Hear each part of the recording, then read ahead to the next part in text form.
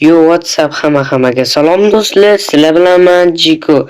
Bugungi videomizda biz sizlar bilan o'zimning Minecraft serverimni sizlarga obzor qilib ko'rsataman.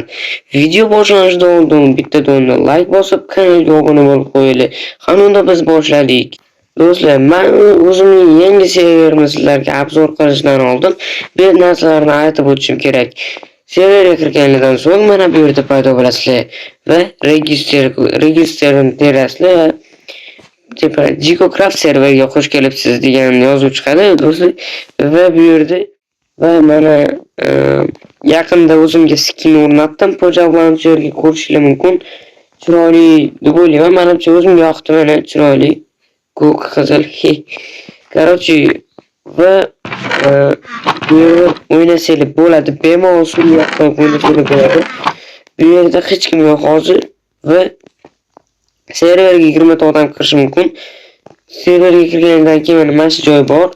Bu bot PvP do'stlar. PvP modda paydo bo'lasiz spam va bu zerkishdan qo'yilgan uy. Men qurganman. Va bu yerda bitta admin uyi bor. Admin uyi bor bu do'stlar. Mana ekan admin uyi do'stlar bu. Kiringlar, bemalol o'ynanglar, server IP'si opsiyanada bo'ladi. Va sizlarga hozir IP'ni tushuntiraman.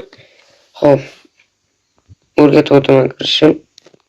Birinchi bo'lib Minecraft 1.10.12.2 versiyadan ulab olasizlar.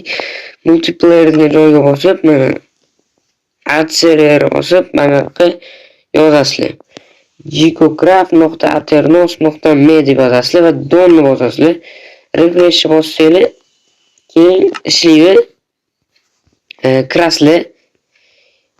Sizlardan bunaqa registr qanaqadir boshqacha narsani so'raydi. Shunaqasiga javob berasizlar va bemalol kirib o'ynasanglar bo'ladi. Do'stlar, men bu server operatorman, ya'ni boshlig'i.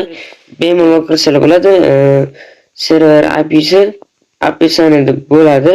Va masalan 1.12 versiyadan bemalol kirsanglar bo'ladi. Hammaga xayr.